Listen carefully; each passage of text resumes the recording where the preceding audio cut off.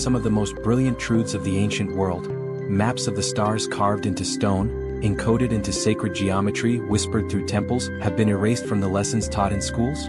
Why children are handed sanitized diagrams of planets and constellations, but never told that thousands of years ago, civilizations with no telescopes mapped the heavens with a precision that still baffles modern science? The answer is not simply neglect. It is silence. A silence woven into the fabric of education, where some truths are celebrated and others are deliberately concealed.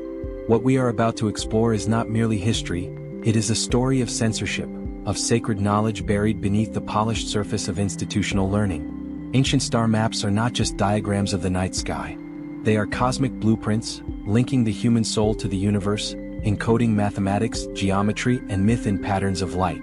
They whisper to us that humanity has always been more than a collection of wandering tribes or industrial machines, that we belong to the stars. And yet, you never saw these maps in your textbooks. Why? Perhaps because to study them is to challenge the very narrative of progress we are fed. To admit that long before telescopes, human beings traced the heavens with astonishing accuracy forces us to question what else has been forgotten or suppressed. What if education, rather than freeing the mind, has been designed to tame it? Welcome to Esoteric Glyph, a channel where ancient wisdom, forbidden knowledge, and hidden truths are unveiled with clarity and depth. If you are drawn to mysteries that mainstream history dares not touch, you are in the right place.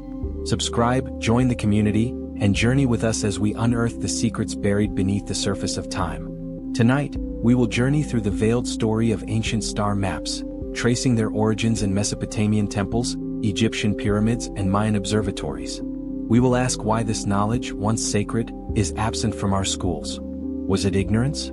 Or was it deliberate design? A quiet act of censorship intended to keep humanity disconnected from its cosmic inheritance? You are not here by accident. Perhaps something inside you has always felt that the story of human knowledge is incomplete, that the curriculum you grew up with is only a shadow of the truth. This is not just about astronomy, it is about power. For whoever controls the story of the stars, controls the story of humanity itself. Before we begin, ask yourself, what would change in your life if you knew, deeply knew, that the ancients were mapping more than planets? That they were mapping consciousness itself? Stay with me, because by the end of this journey, you may never look at the night sky, or the education system, the same way again. And if something inside you resonates with this, if you sense that you are being called to remember what was hidden, then do not let this video be just another moment of curiosity. Let it be an initiation. Share it, engage with it, and most importantly, stay present until the very end. Because the truth about ancient star maps has been waiting for you. And once you see it, you cannot unsee it. To understand why ancient star maps were censored from modern schools, we must first step back into the temples, deserts, and jungles of forgotten civilizations, where the stars were not mere points of light, but living scriptures written across the heavens. Consider Mesopotamia, the cradle of civilization. On clay tablets dating back over 4,000 years, Babylonian astronomers inscribed celestial charts so precise they could predict lunar eclipses centuries in advance. These were not crude stargazers scratching guesses into stone. These were mathematicians, philosophers, and mystics who saw in the sky a cosmic order that mirrored the soul. Travel westward to Egypt and the mystery deepens. The ceiling of the Temple of Hathor at Dendera still preserves a star map unlike anything in modern textbooks. Constellations curve around the goddess Nut, the sky itself personified as a living being. The pyramids at Giza, far from being random monuments, align perfectly with Orion's belt. Was this mere coincidence? Or a deliberate message, as above, so below? To the ancient Egyptians, the stars were not distant objects. They were guides, deities, eternal markers of a destiny shared between heaven and earth. Across the ocean, the Maya raised stone observatories like El Caracol, a spiral tower aligned with the cycles of Venus. To them, Venus was not just a planet, it was a clock of destiny regulating agriculture, warfare, and ritual. Their codices, burned by conquistadors, contain star charts so advanced that modern astronomers are still astonished at their accuracy. These people did not need telescopes. Their telescope was consciousness itself, sharpened by ritual, discipline, and geometry. What unites all these cultures is not only the precision of their star maps, but the philosophy behind them. To the ancients, astronomy was inseparable from meaning. The stars were symbols, keys to understanding the human condition. Sacred geometry was not math in the modern sense, but a bridge between the physical and the spiritual. To study the sky was to study the self. Now here's where the silence begins. For if children were taught that thousands of years ago, without modern technology, humanity mapped the cosmos with breathtaking precision, what would that imply? That perhaps the linear story of progress, where modern science is always superior to ancient wisdom, is flawed. That perhaps our ancestors were not primitive, but custodians of a knowledge that threatened the narrative of modern authority. Philosophically, the censorship makes sense. Institutions rely on hierarchy. Teachers know, students obey. Governments rule, citizens follow. But the ancient star maps whisper a different truth. That knowledge is cosmic, universal, already encoded in you. You don't need permission to access it, you need awakening. This is dangerous, because an awakened mind is harder to control. When we compare the classroom's flat solar system posters with the cosmic symphonies carved into ancient temples, we see the gap. Education has reduced the stars to inert rocks floating in a vacuum. The ancients saw them as living archetypes, reflections of the human psyche, initiations into mystery. To erase that perspective is to erase humanity's spiritual connection to the cosmos. And so, through a slow erosion of curriculum, through silence rather than denial, the star maps faded. What remained was astronomy stripped of wonder, reduced to data and calculation. Children learned the names of planets but not their stories. They memorized the distances of stars but not the symbols they held. The maps were not destroyed, they were domesticated, made harmless, sterilized for the classroom. But history, like the stars, leaves traces. Even in the silence, fragments survive. The zodiacs painted in caves. The alignments of Stonehenge. The petroglyphs of Native American tribes mapping solstices and equinoxes. They speak to us across time saying, you were meant to remember. And perhaps this is why they were censored. Because to remember is to awaken. To awaken is to challenge the order. And to challenge the order is to reclaim not only the stars above, but the freedom within. Imagine standing beneath a sky untouched by modern light pollution. The Milky Way stretches across the night like a river of fire, each star a drop of cosmic memory. For the ancients, this was not decoration, it was instruction. The heavens were not silent, they spoke. And star maps were the language of that voice. At their core, ancient star maps were more than charts. They were mirrors. They reflected the human journey, inscribing our myths, our gods, and our destinies across the celestial dome. Constellations were not simply groups of stars. They were archetypes, symbols of the forces shaping human life. Orion was not just a hunter. He was the eternal struggle of courage against darkness. Venus was not only a planet, she was the rhythm of desire, love, and war. Why was this so dangerous to institutional control? Because these maps collapsed the divide between cosmos and self. They implied that to know the stars was to know yourself. And when people realize they carry cosmic truth within them, they no longer bow so easily to earthly authority. Modern education, however, stripped the maps of meaning. Instead of archetypes, we are told about hydrogen, helium, and gravitational forces. True but incomplete. The poetry of the stars was excised, leaving behind numbers without soul. And in that act of subtraction, something profound was lost. Let us pause on one example, the zodiac.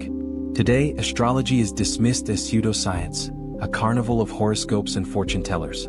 But in antiquity, the zodiac was a teaching tool, a living calendar of transformation. Each sign represented not just a constellation, but a stage of spiritual growth. Aries was initiation, Leo was sovereignty of the heart, Aquarius was the pouring out of wisdom. To censor the star maps was to erase a curriculum of inner development, replacing it with rote memorization of planetary data. And here lies the hidden mechanism. Censorship does not always mean burning books.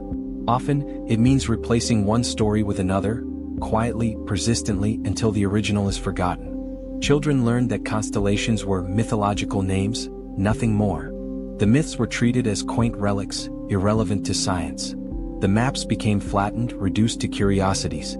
The deeper truth, that they were a bridge between human consciousness and cosmic order, was erased without ever being denied. But why would schools allow this erasure? Because education is not neutral. It is a tool for shaping minds, for producing citizens who think in predictable ways. Teaching children that they are fragments of stardust with no symbolic meaning keeps them obedient. Teaching them that they are participants in a living cosmos, woven into sacred geometry, would make them question authority.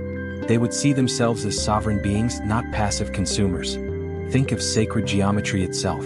The ancients mapped the heavens using ratios that reappear in flowers, seashells, even the spirals of galaxies. The Fibonacci sequence, the golden ratio. These were not discovered by Renaissance scientists. They were already encoded in temples, pyramids, and star maps long before. Imagine if schools taught children that geometry is not just math but a universal signature of consciousness. That lesson would not just train them to calculate, it would awaken them to meaning. Now, here's a paradox worth reflecting on. The very accuracy of these ancient maps undermines the modern story of progress. How could civilizations without telescopes chart the precession of the equinoxes, a cycle spanning nearly 26,000 years? How could they align monuments to solstices and equinoxes with a precision that rivals NASA's calculations? If children were exposed to these truths, they might start asking dangerous questions. Did the ancients know something we don't? What else has been hidden? This is why star maps were not simply forgotten. They were domesticated, repackaged into safe knowledge. Students were told just enough to admire the ancients as clever, but not enough to see them as custodians of wisdom. In this way, censorship was disguised as education. And so we arrive at the heart of the matter. Star maps are not just about the sky, they are about freedom. To understand them is to see through the illusion of separation, to realize that the macrocosm and microcosm are one. And that realization cannot be controlled, tested, or graded. It can only be lived. In the next part of our journey, we will push deeper. We will explore the paradoxes, the misconceptions, and the hidden codes that reveal why these maps were feared, and what they still hold for those willing to remember. When we begin to lift the veil from these ancient star maps, we encounter paradoxes that refuse easy explanation. On the one hand, the maps are intensely practical, used to predict seasons, guide shipwrights, and schedule harvests. On the other, they speak in symbols and ratios that point outward to the cosmos and inward to the psyche. This doubleness made them both useful and dangerous. Useful because they organized society, dangerous because they taught people to read the language of existence. One persistent myth we must dispel is that ancient cultures were merely superstitious. That myth comforts modern sensibilities by placing science on a pedestal and relegating other ways of knowing to the footnotes. But a careful look at surviving artifacts contradicts this neat story. The Babylonians were calculating lunar cycles with exceptional rigor. The Maya tracked Venus with astonishing precision. Temple architects aligned monoliths to celestial events with margins of error smaller than many modern structures.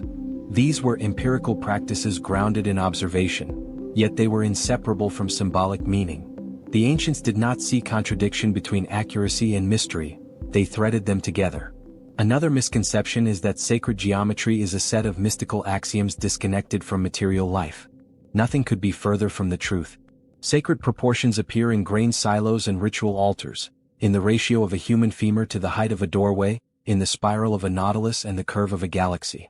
The geometry the ancients encoded into star maps was a map of resonance, how matter and meaning reflect one another. When schools reduced these forms to dry math, they took away the crosswalk between perception and awe. There are also hidden codes embedded in the maps, intentional obscurations that function like keys for initiates. Symbols were layered. A constellation might be drawn as a hunter for the public, while a priestly class would read the same pattern as a sequence of numbers, a ritual calendar, or a mnemonic for a teaching. Constellations were mnemonic scaffolds. They encoded agricultural cycles, liturgical rhythms, and philosophical doctrines in a way that could be remembered and transmitted without paper. This is crucial. In oral cultures, memory structures were technologies, more durable than ink and more subversive than a printed textbook. Colonial and institutional forces understood this power. When empires met civilizations that used star maps as a living curriculum, when conquistadors burned codices, when missionaries dismissed astral wisdom as pagan folly, when modern curricula favored industrial testable knowledge, they were not merely converting hearts. They were neutralizing a pedagogical system that produced autonomous, cosmically oriented minds.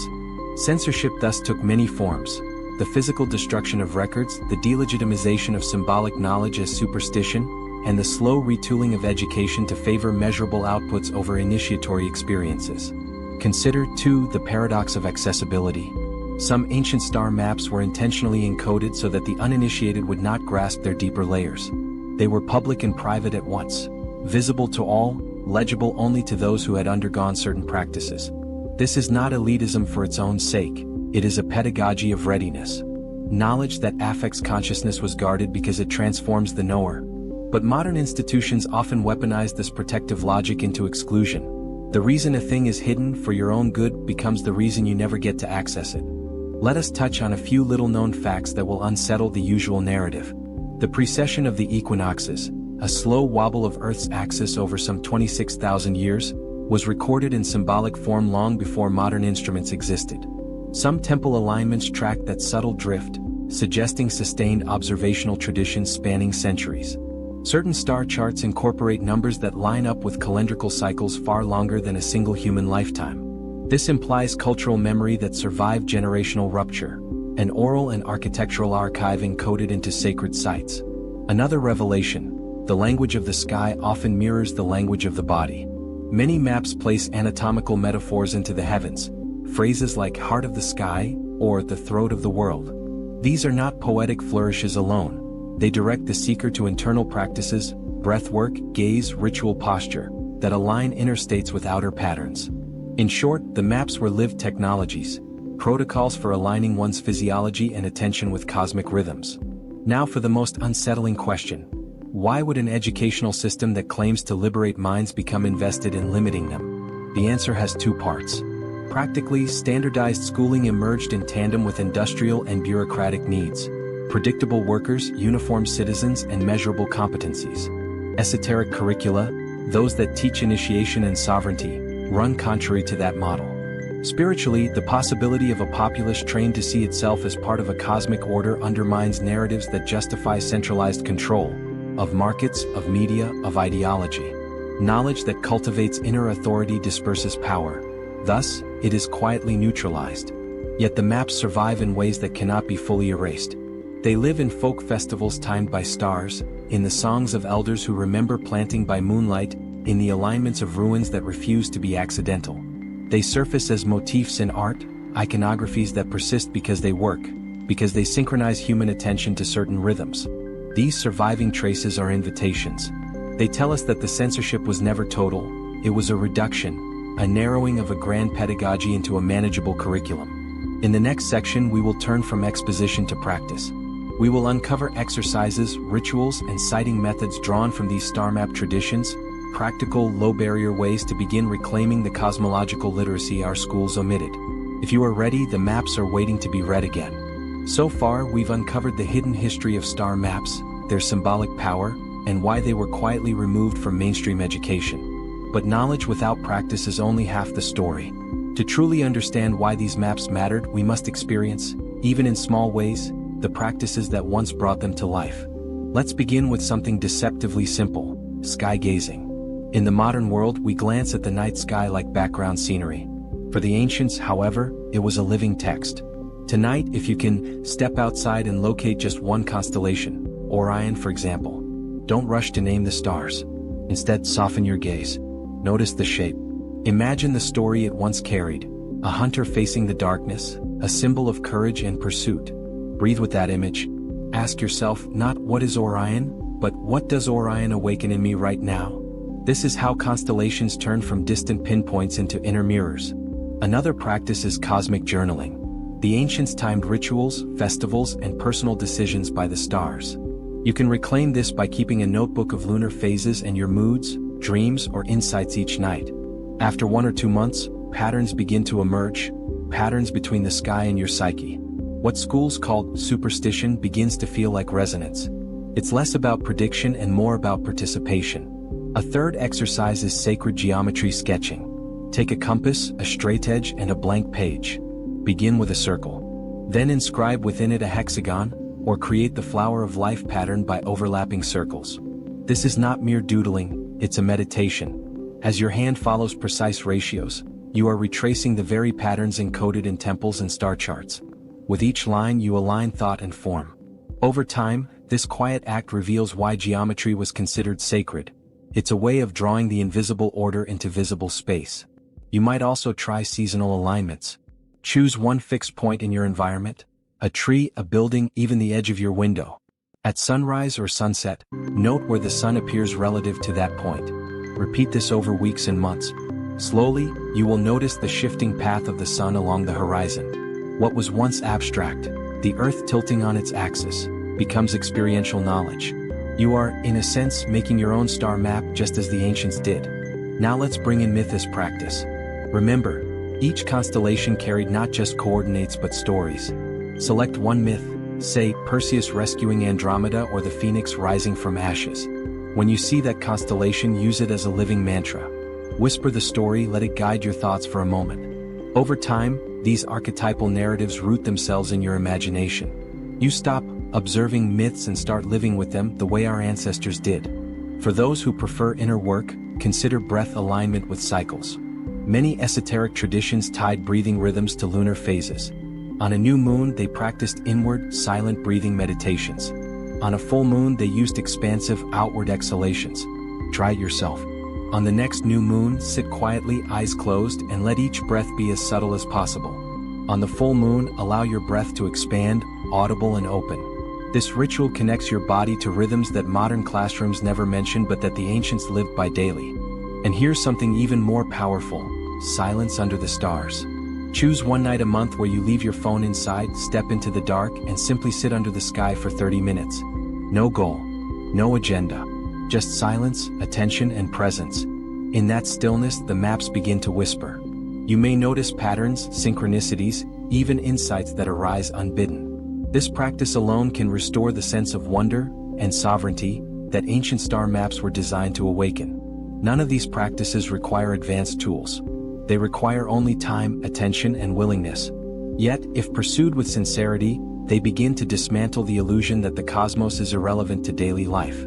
They reintroduce you to the living curriculum hidden above your head. Remember, the maps were never meant to be passive diagrams.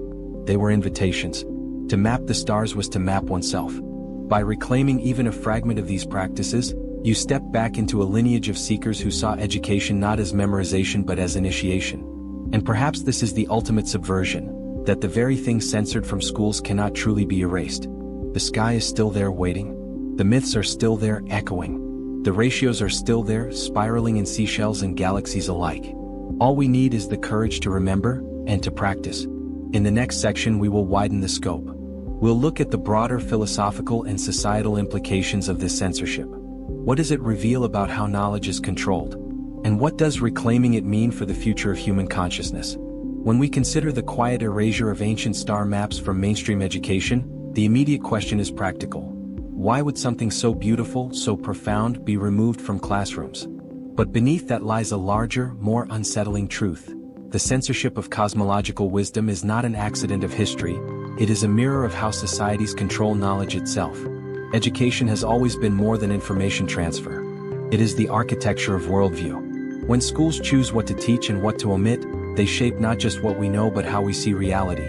A curriculum filled with equations, memorized dates, and standardized testing produces citizens who view the world as compartmentalized facts. A curriculum infused with star maps, myths, and sacred geometry would produce seekers who experience the world as alive with meaning. Which worldview is easier to govern? Which one is easier to monetize? The suppression of star maps reveals a deep truth. Institutions tend to favor knowledge that sustains hierarchy. Knowledge that liberates, that awakens sovereignty, is quietly sidelined. When you learn that the cosmos is not distant but resonant, that your body, mind, and spirit reflect the order of the heavens, you begin to see yourself as more than a cog in a machine. You begin to see yourself as part of a living, intelligent universe. That recognition erodes dependence on external authority. And so, it was easier to strip star maps of their symbolic layers, reducing them to curiosities, while elevating forms of knowledge that reinforce industrial and political systems. This raises a profound philosophical question. What is education for? If its purpose is to produce workers, then omitting star maps makes sense. They are not directly useful in an economy built on production and consumption. But if education is meant to awaken consciousness, to cultivate wisdom, then the omission is not just an oversight, it is a betrayal. It means generations have been deprived of a heritage designed to connect them to the greater cosmos. Consider the societal cost of this amnesia. A culture that forgets its star maps becomes unmoored. It loses its cosmic compass. The night sky, once a shared scripture, becomes a backdrop for entertainment rather than a living guide. This detachment contributes to a crisis of meaning, modern society's epidemic of anxiety, alienation, and existential despair. We have more technology than ever, yet less wisdom. We can measure galaxies billions of light years away, but we struggle to answer the simplest questions of purpose. Because we traded symbolic literacy for technical proficiency. And yet there is a paradox here. Even as institutions censored star maps, fragments of their wisdom slipped through the cracks. Astrology survived, though often trivialized. Folk traditions still honor planting by moon cycles. Artists, poets, and mystics continue to weave celestial motifs into their work. The cosmos itself refuses to be silenced. Every sunset, every full moon, every shooting star is a reminder that the curriculum of the universe cannot be erased. It can only be ignored. From a philosophical standpoint, this invites us to re-examine the relationship between knowledge and power. Michel Foucault once argued that knowledge is never neutral. It is always bound to structures of control. Ancient star maps exemplify this. To reclaim them is not just an intellectual act. It is a political one. It challenges the monopoly institutions hold over what counts as real knowledge. It destabilizes the narrative that only textbooks and laboratories reveal truth. It reminds us that wisdom is as much about experience and story as it is about measurement. So what happens if we reintroduce this cosmological literacy into the modern world? The implications are immense. For individuals, it could mean a restoration of meaning, an antidote to nihilism. For communities, it could foster a renewed sense of connection, as people realize that they share not just neighborhoods but star cycles. For education, it could mean a paradigm shift, teaching children that they are not passive observers of a mechanical universe, but co-creators within a living one. This is not nostalgia for the past, it is preparation for the future. As humanity faces ecological crisis, technological upheaval, and social fragmentation, the wisdom encoded in star maps is more relevant than ever. Sacred geometry teaches us that balance sustains systems. Myth reminds us that chaos and order cycle endlessly. The heavens remind us that we are participants in vast rhythms, not isolated individuals. These are not abstractions, they are survival tools for a civilization at the brink. Perhaps this is why censorship occurred in the first place. Not because the maps were irrelevant, but because they were too relevant. They carried the seed of freedom. They taught that no king, no priest, no bureaucrat had ultimate authority over meaning, because the cosmos itself was the true teacher. In an age of empires and institutions, that truth was intolerable. In an age of awakening, it is inevitable. So the question before us is no longer why were star maps banned? The deeper question is, will we reclaim them? Will we choose to see the sky not as an empty stage for scientific data, but as a living scripture, a mirror of the self, a reminder that the universe is not out there but within us? The choice belongs to us, for censorship can only persist when we agree to forget.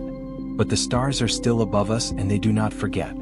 In the next and final section, we will bring this journey full circle, with a cinematic conclusion that ties history, practice, and philosophy into a single call to remembrance. Look up at the night sky. Not as a scientist with equations, not as a student with a textbook, but as a seeker standing where countless ancestors once stood. What do you see? Points of light? Or a map? An ancient script, written across infinity, whispering that you are not small, not lost, not alone? This journey has taken us from the temples of Mesopotamia to the classrooms of today. We have uncovered how civilizations once saw the stars as sacred teachers, and how that wisdom was gradually stripped from education until only fragments remained. We have explored how censorship was not about astronomy, it was about control. About limiting the human imagination, narrowing the cosmic vision of what it means to be alive. But censorship, no matter how powerful, is never absolute. The stars still shine. The myths still speak. The geometry of the cosmos still reveals itself to anyone willing to look with awakened eyes. The maps are not lost, they are waiting. And perhaps that is the greatest secret of all, that the knowledge you seek has never left you. It is etched into your very being as surely as it is etched into the heavens. So what will you do with this remembrance? Will you dismiss it as another curious story, or will you let it ignite something within you? Because the purpose of this video is not merely to inform, it is to awaken. To remind you that the universe is not out there, separated by light years of distance. It is here, alive in you, mirrored in your breath, your heartbeat, your consciousness. Education may have hidden these maps, but you have the power to restore them, not in dusty textbooks but in the living classroom of your life. By watching the sky, by listening to its rhythms, by honoring its patterns, you participate in a tradition as old as humanity itself. And in doing so, you break the spell of forgetting. As you leave this video, take one last thought with you. The stars were humanity's first teachers. They guided us through oceans, through seasons, through myths that shaped civilizations. They taught us not just how to survive but how to dream. If you can reclaim even a fragment of that vision, your life will not be the same. This is Esoteric Glyph. If this message resonated with you, share it. Subscribe, join the community, and let us continue to remember together. Because in remembering, we reclaim not only ancient maps of the sky, but the lost maps of the soul. And so, I leave you with a question. When you next look at the stars, will you see distant suns? Or will you see the hidden story of who you truly are?